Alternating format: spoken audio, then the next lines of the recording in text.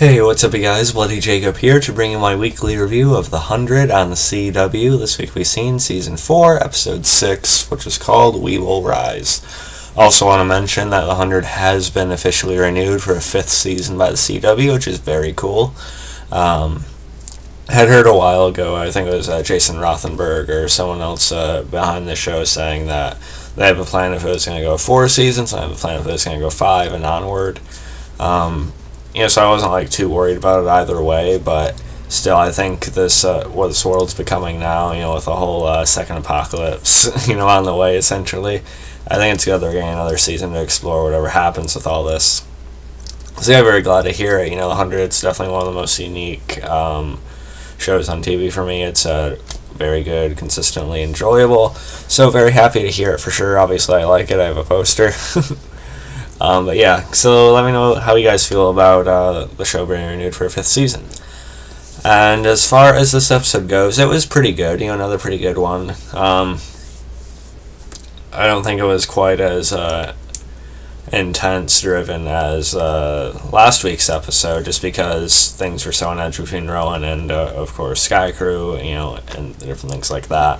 But we saw a decent amount of tension, with Roan and Clarke, and Bellamy among others, trying to run the fuel and stuff like that, the hydrogen stuff. I'm not going to pronounce it right, but of course, if they leaked any of that, Raven would need every bit of it. So that was, fairly intense sequence, I think, when they're driving along. And then, of course, the tree crew, they had an ambush set up. So that part was pretty good. We also had some decent moments between Raven and Murphy in this episode as well. Goes back all the way to Season 1 where Murphy had her shot in the leg. And so when Raven's working through this, just obsessing over, besting a simulation to show that she could do what she needs to do with Abby and everyone else and stuff like that.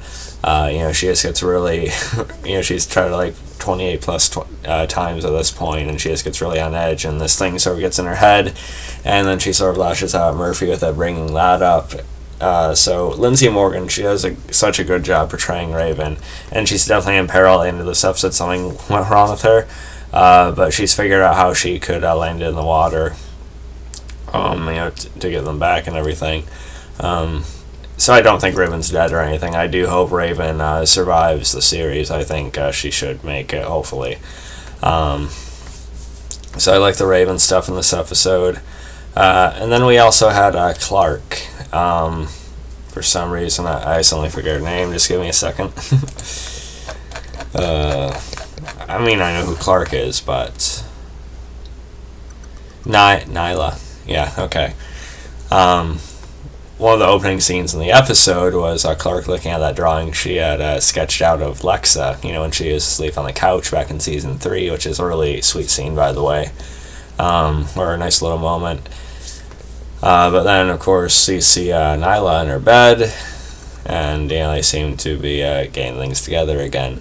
I know there are going to be some fans that are really pissed off about that, but at the same time, I think they found a good balance. It's not like Clarke and Nyla are newly involved. They've hooked up before, so it's not like it's a random thing just thrown in all of a sudden. And it's been a little while since Lexa's death, but at the same time, Clarke's obviously not completely moved on. I'm glad that they haven't completely ignored Lexa from this point onward. They still acknowledge her impact and how much she sticks in Clarke's mind.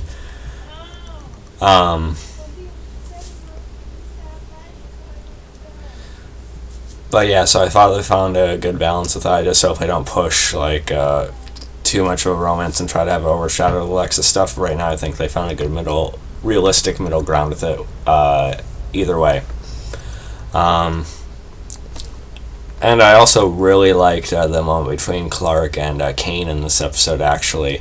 With Kane getting so close to Abby, Clarke's mother. I've been waiting for Kane to sort of take on more of a father figure type of role to Clarke, and we've seen over the seasons that Kane's always believed in Clarke, and he's reasonably seen how she's helped everyone, despite being as young as she is, even when Abby was doubting her. Then they share a hug in this episode that I thought was really nice. Even Clarke sort of, looks at him when he does it, but then she sort of takes it in. So I'm glad that their relationship is progressing in that way. It was a really nice scene. Octavia, she's just off the deep end now. She's just in this darkness ever since she survived that fall. And she just, lashes out at Bellamy. She throws, the Lincoln thing with Pike in his face again for some reason. I've never liked Octavia. Now this episode just gave me a reason to be even more frustrated with her. I mean, I get the mindset they're going for with her, but it's just not working, and I don't know. I wish Octavia died in that fall. Why the fuck didn't she? Excuse my language here. I know it's not, smart to, curse. It doesn't make my reviews any better, but the Octavia stuff I still think doesn't really work all the time as much as they want to. But yeah, so overall this was a pretty good episode. I'm sure there's stuff I forgot to talk about, so feel free to bring up anything in the comments and we can talk about it more. But overall, pretty good episode. Not the best of the season. I wasn't honestly too into it this week, honestly. But still a fine episode. I give it an 8.5 out of 10 or so. Let me know what you guys thought about it. And you can follow me on Facebook, Twitter, subscribe. I'll catch you guys next time. Peace.